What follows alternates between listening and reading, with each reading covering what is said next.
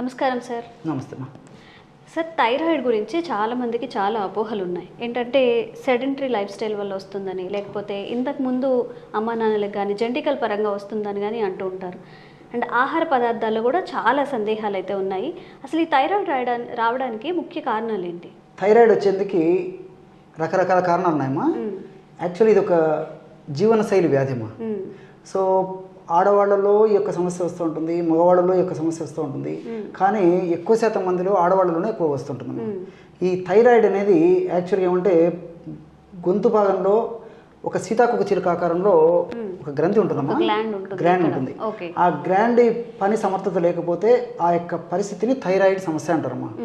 ఇది తక్కువగా పనిచేస్తే కొన్ని సమస్యలు వస్తాయి, ఎక్కువగా పనిచేస్తే కొన్ని సమస్యలు వస్తాయమ్మా. కాబట్టి ఆ గ్రంథి ఆ వయస్సుకు తగినట్లు, అంటే శరీర వయస్సు, శరీర బరువు, శరీర ప్రకృతిని తగినట్లు ఆ యొక్క స్రావాలు, హార్మోన్స్ కరెక్ట్గా ఉత్పత్తి చేస్తుంటే శరీరం కూడా తన పని తను చేసుకుంటూ ఉంటుందమ్మా. సో ఈ థైరాయిడ్ గ్రంథి యొక్క హార్మోన్స్ కానీ అవి ఉత్పత్తి చేసేటువంటి ఇతర పదార్థాలు కానీ హెచ్చుతగ్గులైనప్పుడు ఈ లక్షణాలన్నీ వస్తుంటాయమ్మా. ఈ థైరాయిడ్ గ్రంథి సరిగా పనిచేయకపోవడానికి మానసిక ఒత్తిడి కారణము, అదేవిధంగా మనం తీసుకునేటువంటి ఆహార పదార్థాలు కొంతవరకు కారణము, అట్లే విధంగా వాతావరణ కాలుష్యము కొంతవరకు కారణము, కొన్నిటికి స్పష్టమైనటువంటి కారణం కూడా ఉండదమ్మా.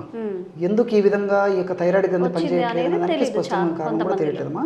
కొంతమందికి పోషకాహార లోపం, ముఖ్యంగా కొంత రకాల ప్రోటీన్స్ తక్కువ కావడం వల్ల కూడా, ప్రోటీన్ ఆహారం సరిగ్గా తీసుకోకపోవడం చేత కూడా ఈ సమస్య వస్తుంటుందమ్మా. సో ఈ యొక్క థైరాయిడ్ గ్రంథి ఇంతకుముందు చెప్పినట్లు ఎక్కువగా పనిచేసినా కొన్ని ఇబ్బందులు ఎదురవుతాయి, తక్కువగా పనిచేసినా కొన్ని ఇబ్బందులు అవుతాయి.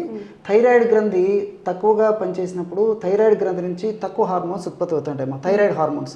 దీన్ని హైపోథైరాయిడిజం అంటారమ్మా. హైపోథైరాయిడిజం, హైపో అంటే తక్కువ, థైరాయిడిజం అంటే థైరాయిడ్ నుంచి ఉత్పత్తి అయ్యేటువంటి పరిస్థితి అని చెప్పేసి. థైరాయిడ్ నుంచి ఉత్పత్తి అయ్యేటువంటి థైరాయిడ్ హార్మోన్ తక్కువ ప్రమాణంలో ఉత్పత్తి కావడం చేత ఉండేటువంటి పరిస్థితి ఏదైతే ఉందో దాన్ని హైపోథైరాయిడిజం అంటారమ్మా. రెండవది హైపర్ థైరాయిడిజం. హైపర్ అంటే ఎక్కువగా అనేటువంటి అర్థం. థైరాయిడ్ గ్రంథి అవసరాలకు మించి ఎక్కువగా పనిచేసినప్పుడు దాని నుంచి ఎక్కువ స్రావాలు, ఎక్కువ హార్మోన్స్ ఉత్పత్తి అవుతాయమ్మా. దాన్ని హైపర్ థైరాయిడిజం అంటారు అనమాట. హైపర్ అంటే ఎక్కువగా అనేటువంటి అర్థం. కాబట్టి ఇక్కడ ఆయుర్వేదంలో ఉన్నటువంటి విచిత్రం ఏంటంటే మా హైపోథైరాయిడ్ కానీ హైపర్ థైరాయిడ్ కానీ రెండింటికి ఒకటే మందు, రెండింటి పరిస్థితిని చక్కదిద్దామా. అది ఆయుర్వేద వైద్యం యొక్క ప్రత్యేకత. ఇప్పుడు ఇంగ్లీష్ వైద్యంలో అయితే హైపోథైరాయిడ్కి సపరేట్ మెడిసిన్స్ ఉంటాయి, హైపర్ థైరాయిడ్కి సపరేట్ మెడిసిన్స్ ఉంటాయమ్మా. కానీ ఆయుర్వేద వైద్య విధానంలో మాత్రము ఏ రకమైన థైరాయిడ్ అయినప్పటికీ మనం తీసుకునేటువంటి ఆ యొక్క మెడిసిన్ థైరాయిడ్ గ్రంథి యొక్క పనితీరు ఎక్కువగా ఉంటే నార్మల్ చేసేస్తుంది, తక్కువగా ఉన్నా నార్మల్ చేసేస్తుంది. అది గొప్పతనం. కాబట్టి రెండవది ఏంటంటే సైడ్ ఎఫెక్ట్స్ ఉండవు, సైడ్ బెనిఫిట్స్ ఉంటాయి, క్షేమదాయకంగా పనిచేస్తుంది. భవిష్యత్తులో కూడా ఎక్కువ రోజులు వాడినప్పటికీ ఎలాంటి ప్రాబ్లమ్స్ ఉండవమ్మా. అలాంటి అనేక రకాలైనటువంటి ఔషధాలు ఉన్నాయమ్మా. వాటిల్లో మరి అద్భుతమైనటువంటి అనుభవపూర్వకమైనటువంటి అందరికీ తెలిసినటువంటి మన ఇంట్లో ఉండేటువంటి వంటింటి దినసులతోనే ఒక మంచి ఫార్ములా చెప్తానమ్మా. చాలా అద్భుతంగా పనిచేస్తుంది. ఎంతోమంది వాడి సత్ఫలితాలు పొంది చక్కటి ఫీడ్బ్యాక్ ఇచ్చిన తర్వాతనే మరి మీరు అడిగారు కాబట్టి మన ప్రేక్షకుల కోసం వాళ్ళకందరికీ కూడా నేను తయారు చేసి కూడా చూపిస్తానమ్మా. ఓకే డాక్టర్ గారు, దీనికన్నా ముందు ఒక చిన్న సందేహం. థైరాయిడ్ ఉన్న వాళ్ళలో క్యాబేజ్, కాలీఫ్లవర్ ఇవన్నీ తినొద్దు అని చెప్తుంటారు. నిజంగా వాటిని అవాయిడ్ చేయాల్సిన ప్రాధాన్యత ఉందంటారా? నిజంగా చాలా చాలా మంచి ప్రశ్నమ్మా. నిజంగా దైనందిన జీవితంలో మా ప్రాక్టీస్కు వచ్చేటువంటి పేషెంట్స్లో కూడా థైరాయిడ్ పేషెంట్స్ చాలా మంది అడుగుతుంటారమ్మా. మరి మీరు చాలా మంచి ప్రశ్న అడిగారమ్మా. ఇది మరి వేలాది మందికి, లక్షలాది మందికి కూడా ఈ యొక్క సందేహం నివృత్తి అయ్యడానికి ఉపయోగపడుతుంది. ఈ క్యాబేజీ, క్యాలీఫ్లవర్, సోయా థైరాయిడ్ వాళ్ళు వాడకూడదని చెప్పేసి కొంతమంది, వాడొచ్చు అని చెప్పేసి కొంతమంది, రకరకాల అపోహలు, అనుమానాలు, సందేహాలు ఉన్నాయమ్మా. దీంట్లో క్లారిటీ చాలా మందికి లేదమ్మా.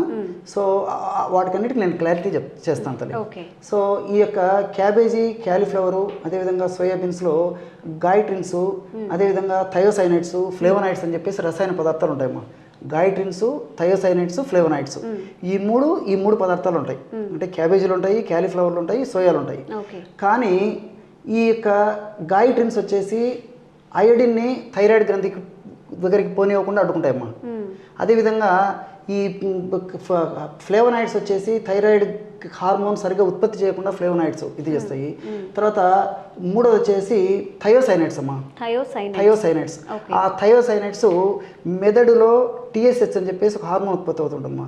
ఆ హార్మోన్ థైరాయిడ్ స్టిమ్యులేటింగ్ హార్మోన్ సరిగా ఉత్పత్తి కాకుండా ఆ ఉత్పత్తి అయినటువంటి హార్మోన్ కూడా థైరాయిడ్ గ్రంథిని చేరకుండా అడ్డుకుంటుందమ్మా. సో థయోసైనైడ్స్, కాబట్టి గాయిట్రిన్స్ థైరాయిడ్ గ్రంథిని దెబ్బతీస్తాయి, థయోసైనైడ్స్ ఈ థైరాయిడ్ గ్రంథిని దెబ్బతీస్తాయి. అందులో ఉన్నటువంటి ఫ్లావనాయిడ్స్ ఈ క్యాబేజీ, క్యాలీఫ్లవరు, సోయాలు ఉంటుండే ఈ ఫ్లేవనాయిడ్స్ కూడా థైరాయిడ్ గ్రంథిని దెబ్బతీస్తాయమ్మా. కానీ ఇక్కడ మనం ఆలోచన చేయాల్సింది ఏంటంటే ఉడికించినప్పుడు, వేడి చేసినప్పుడు, ఉడికించినప్పుడు ఇందులో ఉన్నటువంటి గాయిట్రిన్స్, ఫ్లేవనాయిడ్స్, థయోసైనైడ్స్ తగ్గిపోతాయమ్మా, నశించిపోతాయమ్మా. కాబట్టి ఉడికించినటువంటి పదార్థాలు కొద్దో గొప్ప ఎప్పుడో ఒకసారి వాడుకోవడం వల్ల ఇబ్బంది ఉండదు, కానీ మరీ పూర్తిగా నోరు కట్టుకొని అవాయిడ్ చేయాల్సినటువంటి అవసరం అయితే లేదమ్మా. ఇప్పుడు మనం క్యాబేజీ పచ్చివి తీసుకోము, సోయా పచ్చివి తీసుకోము, క్యాలీఫ్లవర్ పచ్చివి తీసుకోము, ఇవన్నీ ఉడకబెట్టే కదమ్మా తీసుకునేది. ఉడకబెట్టేసరికి ఈ యొక్క 3 కూడా పోతాయమ్మా, గాయిట్రిన్స్ పోతాయి, థయోసైనైడ్స్ పోతాయి, ఫ్లేవనాయిడ్స్ పోతాయి. సో ఉడకబెట్టి తీసుకోవడం వల్ల ఇబ్బంది ఉండదమ్మా. చాలా మంచి ప్రశ్న అడిగారమ్మా. ఈ యొక్క వీడియో ద్వారా చాలా మందికి ఆ డౌట్ కూడా నేను తీరుతుందని అనుకుంటాను. అలాగే ఈ రోజు మరి మా కోసం ఆ చిట్కా ఏంటో చెప్తారా థైరాయిడ్ తగ్గడానికి? తప్పకుండా. దీనికి కావాల్సిన పదార్థాలు 4 పదార్థాలమ్మా. అన్నీ మీకు తెలిసినటువంటివే. ఎలా కలుపుకోవాలనో, ఎలా తయారు చేయాలనో చేసి కూడా చూపిస్తాం తల్లి. ధనియాలను వేయించి చేసినటువంటి చూర్ణము ఒక 20 గ్రాములు తీసుకోవాలమ్మా. ఔషధం తయారు చేసి చూపించేది కొద్దిగా మాత్రమే ఇందులో కలపడం జరుగుతుందమ్మా. ధనియాలను వేయించి చేసినటువంటి చూర్ణము 20 గ్రాములు. అదేవిధంగా పసుపు అమ్మా, పసుపు చూర్ణం, పసుపు కొమ్మలను దంచి తయారు చేసుకునేటువంటి చూర్ణము 20 గ్రాములమ్మా. అదేవిధంగా శొంఠి చూర్ణం అమ్మా.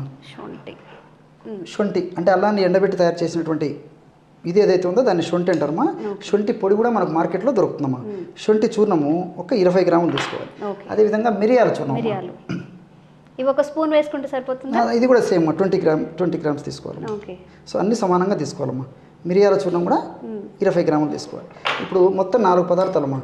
ధనియాల చూర్ణము, అదేవిధంగా పసుపు చూర్ణము, శొంఠి చూర్ణము, మిరియాల చూర్ణం. క్వాంటిటీస్ కరెక్ట్గా గుర్తుపెట్టుకోండి. నిజంగా ఒక స్పూన్ మిరియాల పౌడర్ వేసారంటే ఇంకంతే, తాగారంటే సమ్మర్కి ఇంకా ఎక్కువ వేడి చేసే అవకాశం ఉంది, ఇంకా స్టమక్ కూడా అప్సెట్ అవుతుంది, కాబట్టి జాగ్రత్తగా వేసుకోండి. కాబట్టి మనం సమానంగా కలుపుకుంటున్నామా, కాబట్టి వాడేటప్పుడు చాలా తక్కువ ప్రమాణం వాడుకుంటాం, కాబట్టి మనం ఇందులో మిరియాలు ఇదే పద్ధతిలో కలపడం వల్ల కూడా ఎలాంటి ఇబ్బంది ఉండదమ్మా. చూడండి, బ్రహ్మాండమైనటువంటి ఈ థైరాయిడ్ గ్రంథి పనితరాన్ని సమర్థవంతంగా చేసేటువంటి అద్భుతమైనటువంటి పౌడర్ రెడీ అయిపోయింది. ఓకే, కాంబినేషన్లో మంచిగా పనిచేస్తాయండి పసుపు, ధనియాలు, మిరియాలు, ఇంకా శొంఠి.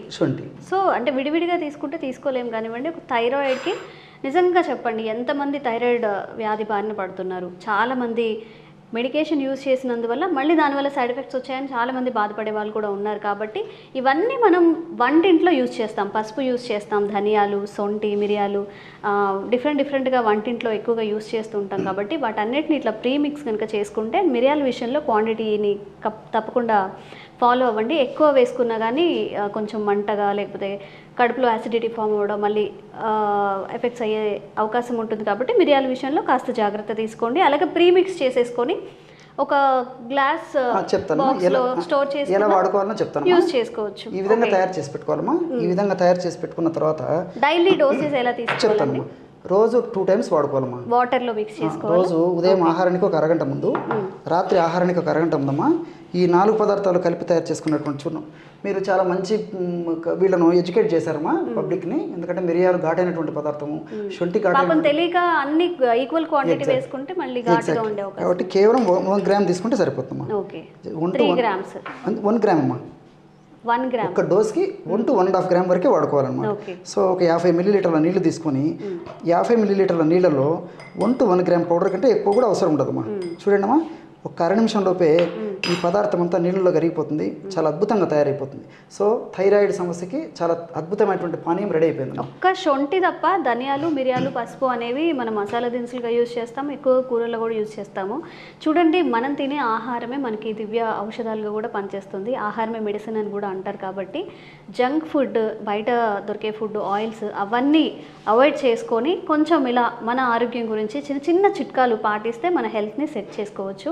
డాక్టర్ గారు, ఇందులో కొంచెం మిరియాలు కూడా యాడ్ చేసాం కాబట్టి డైరెక్ట్గా ఇలా తాగలేని వాళ్ళు కొంచెం హనీ కానీ బెల్లం కానీ యాడ్ చేసుకోవచ్చా ఈ వాటర్లో?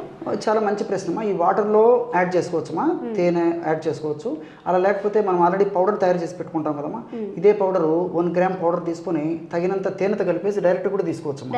నీళ్ళతో కలపకుండా కూడా అలాగే తీసుకోవచ్చు, తేనెతో కలిపి తీసుకోవచ్చమ్మా. ఓకే, థ్యాంక్ యూ అండి. మా కోసం ఒక చక్కని చిట్కా అయితే ఈరోజు మాకు తెలియజేశారు, ముఖ్యంగా థైరాయిడ్ గురించి.